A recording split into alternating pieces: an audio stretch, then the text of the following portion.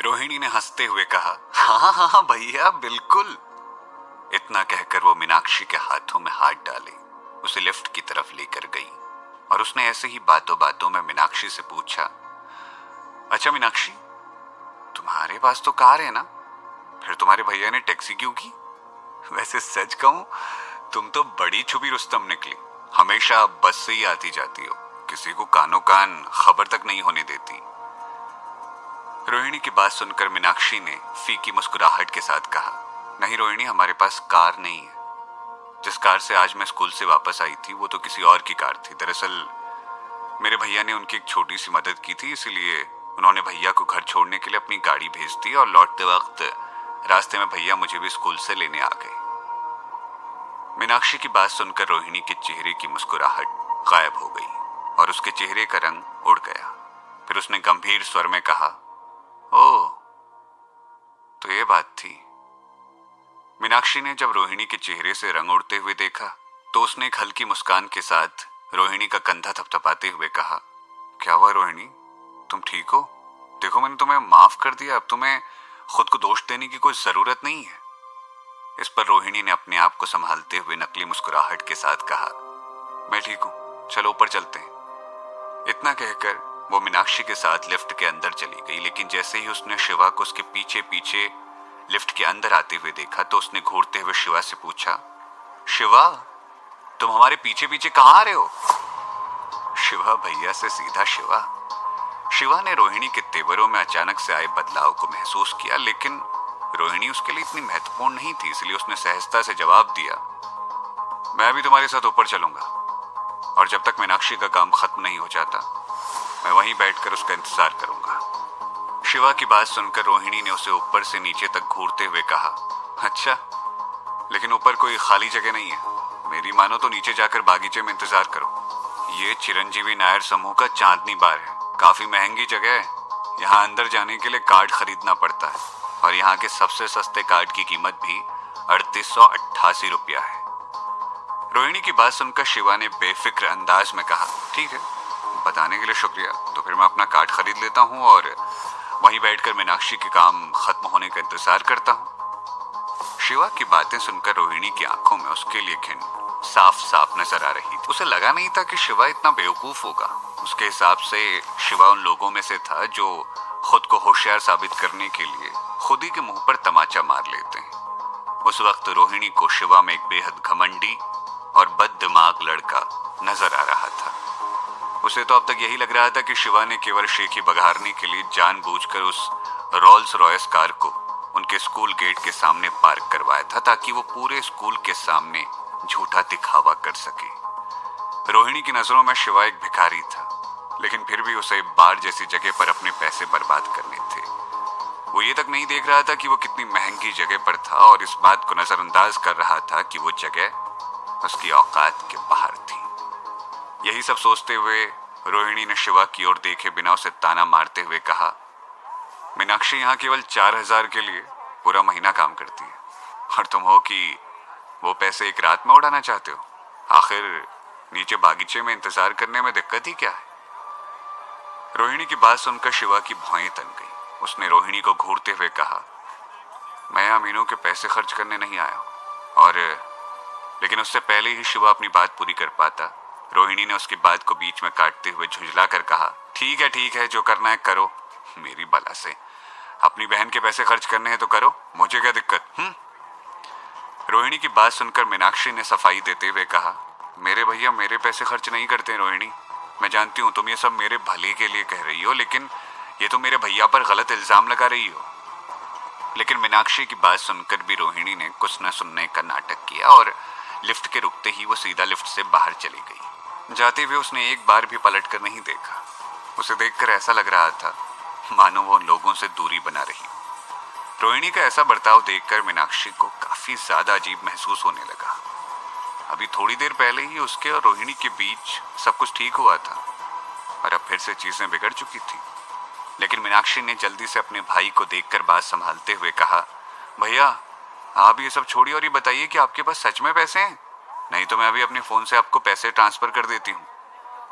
मीनाक्षी की बात सुनकर शिवा ने मुस्कुराकर प्यार से उसके सर पर हाथ फेरा और उसके बालों को बिगाड़ते हुए कहा, बुद्धू लड़की, मेरी चिंता छोड़ो और अपना काम जल्दी से खत्म करके यहाँ से चलो।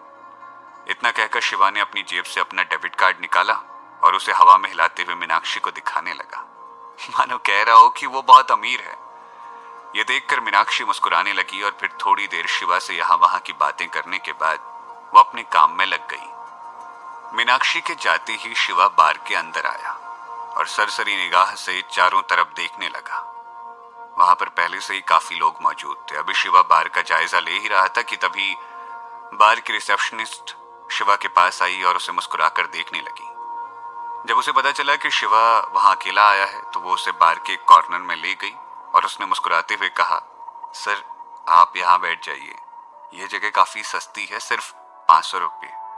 उम्मीद है यहाँ आपका समय अच्छा बीतेगा।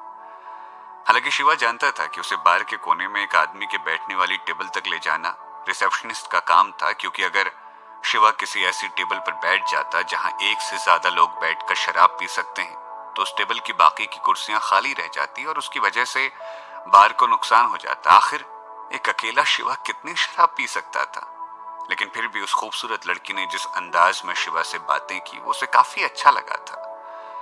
अपनी टेबल पर बैठते हुए शिवा ने उसे शुक्रिया कहा, लेकिन गानों की तेज आवाज के कारण वो रिसेप्शनिस्ट शिवा की बात सुन नहीं पाई और चुपचाप मुस्कुराते हुए वहां से चली गई।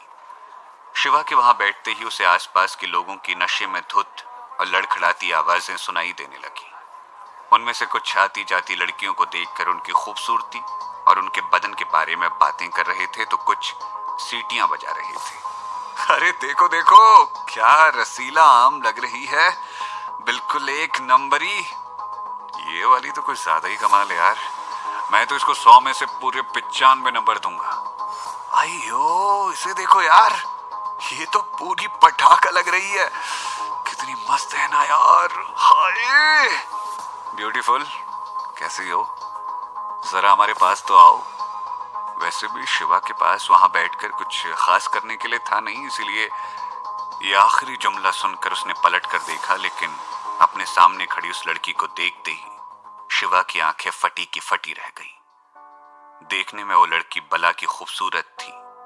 उसकी चमकती हुई त्वचा और नैन नक्श इतने सुंदर थे मानो भगवान ने अपना सारा काम छोड़कर उसे बड़ी ही फुर्सत से बनाया हो। न जाने उसकी गजल सी आंखों में कैसी कशिश थी कि जब उस लड़की ने अपनी मदहोश कर देने वाली रहस्यमयी मुस्कान के साथ वहां मौजूद लोगों को देखा तो मानो एक पल के लिए उस बार में वक्त वहीं थम सा गया। वो लड़की वहां की बाकी लड़कियों की तरह शर्मीली बिल्कुल नहीं थी और ना ही उसकी आभा बाकी लड़कियों की तरह कहीं से कमजोर लग रही थी। उसने एक सरसरी निगाह से वहां मौजूद लोगों को देखकर अपने रौबीले और मजाकिया लहजे में कहा, मेरी तरफ से तुम सारे समाज के दुश्मनों और धरती पर बोझ लोगों को गुड इवनिंग। हालांकि बार में काफी शोर था, लेकिन फिर भी न जाने क्यों उस लड़की की आवाज सभी के कानों में साफ सुनाई थी। एक पल के लिए तो वो लोग हैरान हो गए और उन्हें उस लड़की के शब्दों को सुनकर काफी गुस्सा भी आ गया, लेकिन फिर अगले ही पल वो सारे शराबी दोबारा उसकी बात को नजरअंदाज करके उसी पर सवाल उठाने लगे और साथ में उसके लिए वाहियात और भद्दे शब्दों का इस्तेमाल भी करने लगे। उन शराबियों के बीच वहां एक मोटा सा आदमी भी मौजूद था जिसकी काली सफेद खिचड़ी सी दाढ़ी वाला चेहरा झुर्रियों से भरा हुआ था और कमर हल्की सी झुकी हुई थी।